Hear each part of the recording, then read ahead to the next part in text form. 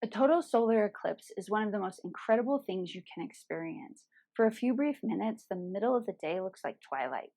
Temperature drops, stars may begin to appear, and the sun's outer atmosphere suddenly becomes visible. But planning to see a solar eclipse can feel intimidating.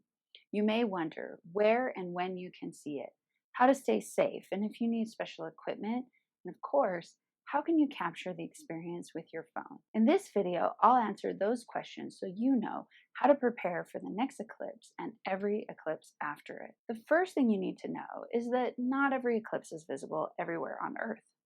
For the August 12th, 2026 eclipse, only people inside a relatively narrow path will experience totality. That is where the moon completely covers the sun. Outside that path, many people will still see a partial eclipse.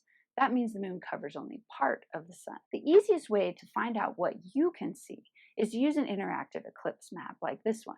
Reliable sources include NASA, the European Space Agency, Time and Date, and Space.com. The dark band on the map is called the path of totality.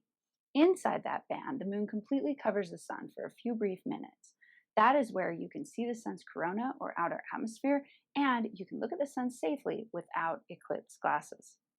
The lighter shaded areas outside the path show where people will see a partial eclipse. The further away you are from the path of totality, the less of the sun will be covered. Most interactive maps also show when the eclipse begins, reaches maximum, and ends at your location.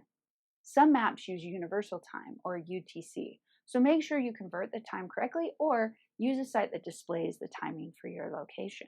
If you are planning to travel, check the map carefully before you leave. Even moving a few miles can change how long totality lasts. If you live inside the path of totality, congratulations. You are in for one of nature's most spectacular events. If you live outside the path, don't be discouraged. You may still see a partial eclipse, or you may decide that this one is worth traveling for. Or you can watch a live stream from NASA or Time and Date. Personally, I think everyone should experience totality at least once. So if this eclipse is not possible for you, let's look at how to find one you can travel to in the future. The easiest way to find future eclipses is to use websites like NASA or Time and Date. They maintain maps and lists showing where upcoming eclipses will be visible. You can search by year, open a detailed eclipse map, and see where totality will occur. Unfortunately, the next total eclipse will not occur in the United States until 2033 in Alaska.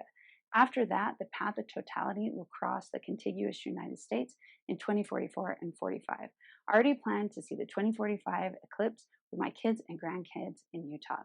But until then, I'll have to get a plane ticket. Some people become eclipse chasers and travel around the world to experience totality. After seeing totality twice, I completely understand why. I'm not a full-fledged eclipse chaser, but a girl can dream. Now, let's talk about the most important part of this video, safety. Looking directly at the sun without proper eye protection can permanently damage your eyesight. Looking through an unfiltered telescope, binoculars, or camera can cause severe and immediate injury. I don't say that to discourage you. I absolutely recommend viewing a partial eclipse. I just want to make sure you do it safely. Whenever any part of the sun is visible, wear proper solar eclipse glasses. They should meet the ISO 12312-2 safety standard. But do not trust glasses just because those numbers are printed on them. Buy from a supplier that has been vetted by the American Astronomical Society or one of its approved partners. I'll link to the American Astronomical Society's list of vetted suppliers in the description below. Never use ordinary sunglasses. Never use smoked glass, and do not rely on Welsing helmets unless you have verified that they meet the specific requirements for direct solar viewing and do not auto darken. I personally recommend using glasses rather than the handheld solar viewer. Glasses are easier to keep securely in place over your eyes. For children, buy glasses designed to fit smaller faces and supervise them closely. During the 2017 eclipse, my son was only allowed to look at the sun while an adult helped him hold his glasses securely. I also placed his unaltered eclipse glasses through a paper plate shield that helped block extra light around his face and kept him from accidentally looking over the top. I'll link to that in the instructions below. Make sure you have your eclipse glasses long before eclipse date. Do not wait until the last minute and risk buying unsafe glasses from an unknown seller with fast shipping. If you are using a camera, binoculars, or a telescope, those devices need their own certified solar filters. Your eclipse glasses do not protect the equipment, and they do not protect your eyes if you look through unfiltered equipment. Solar filter must securely cover the front of the lens or telescope before it is pointed towards the sun. If you want to photograph the partial eclipse with your phone also needs a solar filter over every camera lens that could be exposed. Many eclipse glasses manufacturers now sell filters specifically for phones with their glasses. Mount the phone on a tripod, secure the filter so it cannot move, and position the screen so you never need to look towards the sun while composing your image. If you are outside the path of totality, the solar filter needs to stay on your camera, eyes, phone, telescope, and binoculars anytime you are looking at the sun. There is never a safe time to remove it during a partial eclipse. If you are inside the path of totality, there will be a brief period when the sun is completely covered. You will know totality has begun when you can no longer see any part of the sun through your eclipse glasses. At that point, you can remove your glasses and the solar filters from your equipment, but you must replace them before totality ends. Set a countdown timer before totality begins. Give yourself enough time to stop viewing and replace every filter without rushing. In 2024, I let several children view totality through my telescope. I replaced the solar filter well before totality ended. Then I stopped anyone from looking through the telescope until I had personally checked that the filter was secure.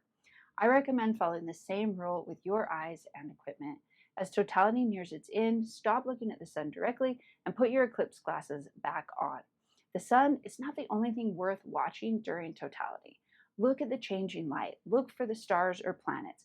Look towards the horizon for a 360-degree sunset.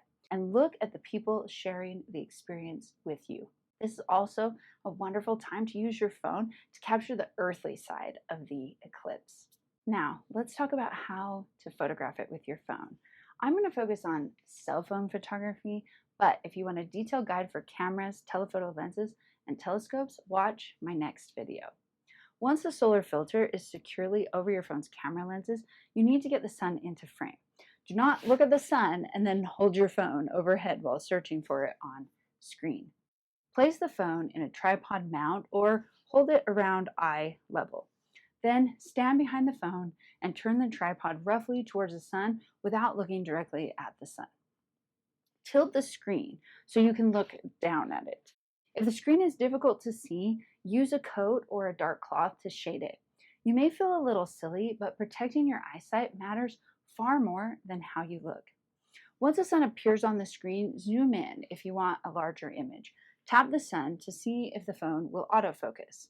With the solar filter attached, the phone should still expose the image correctly and focus on its own. But if it doesn't, lower the brightness or use the manual controls in your camera app. You can also use video mode. Every phone is different, so practice using the manual controls and taking filtered photographs of the sun before eclipse day. During totality, you can take off the solar filter. Your phone may expose the scene correctly automatically, but if the sun and the corona look too bright, you can lower the exposure. This phone may not capture a magazine cover close-up of the sun, but it can absolutely capture the experience.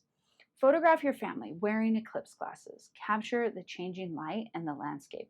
Record that 360-degree sunset on video and capture the reactions of the people around you. Then put the phone down.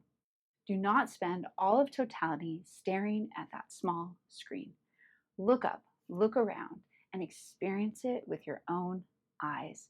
Believe me, you will never forget what it feels like when the moon completely covers the sun. Whether you are planning to watch this eclipse or another one years from now, I hope this video helps you feel prepared instead of overwhelmed. If you would like help preparing for future eclipses and other astronomical events throughout the year, join my newsletter using the link below. Until next time, take care and clear skies.